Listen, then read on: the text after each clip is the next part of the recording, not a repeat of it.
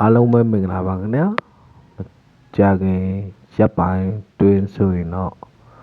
မြန်မာ National League 2025-2026ရဲ့ချန်ပီယံကဘယ်အသင်းဖြစ်မလဲဆိုတာတော့ပေါ်ပေါက်လာတော့မှလည်းဖြစ်ပါတယ်ရန်ကုန် United အသင်းအနေနဲ့ရှင်ပြိုင်မှုနှစ်ပွဲကျန်သေးတာဖြစ်ပြီးတော့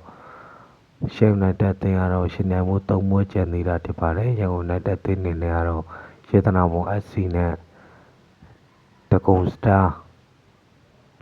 အသင်းတို့နဲ့ရှင်ပြိုင်မှုရှိပြီးတော့ Sheffield United အသင်းကတော့အနီးကပ်ဆုံးလာမဲ့3လပိုင်း10ရက်နေ့မှာရမညာ United မဟာ United ဟန်တာဗရီအသင်းတို့နဲ့ရှင်ပြိုင်ကစားသွားမှလည်းဖြစ်ပါတယ်အဲကြောင့်အနေငယ်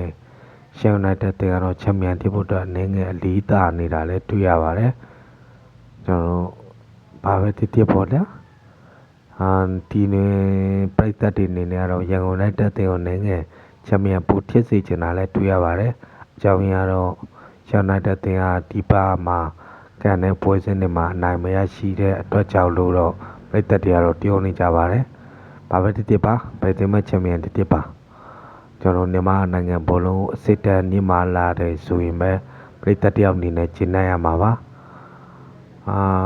ကျွန်တော်တို့ပြိတ္တတွေအနေနဲ့ကလည်းဘယ်သင်းဒီနှစ်မှာချန်ပီယံဖြစ်မလဲဆိုတာကိုကွန်မန့်မှာမှတ်ချက်လေးရေးသားပေးခဲ့ကြဖို့ဖိတ်ခေါ်ပါတယ်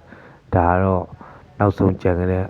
တဲ့ပွဲစဉ်စရာကိုကျွန်တော်ဖော်ပြပေးလိုက်ပါတယ်အားလုံးကျေးဇူးတင်ပါတယ်ဒီသဘောဆောင်တဲ့ကွန်မန့်မှတ်ချက်လေးတွေရေးသားပေးခဲ့ကြဖို့လည်းဖိတ်ခေါ်ပါတယ်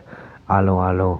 စီးပွားရေးတွေစင်နေကြပါစေကျန်းမာချမ်းသာကြပါစေလူ့ဆန္ဒတွေတည်ဝကြပါစေမြန်မာနိုင်ငံဘောလုံးလည်းဒီထက်မကတိုးတက်ကြပါစေပရိသတ်တွေလည်းအကောင်းဆုံးအားပေးပြီးတော့မြန်မာနိုင်ငံဘောလုံး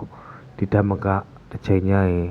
ပုံမြင့်မာတဲ့အစစ်တမ်းတစ်ခုကိုရောက်ရှိနိုင်ပါစေလို့ရှင်တွေကနေလှိုက်လိုက်လဲဆန္ဒပြုလိုက်ပါတယ်အားလုံးကိုကျေးဇူးတင်ပါတယ်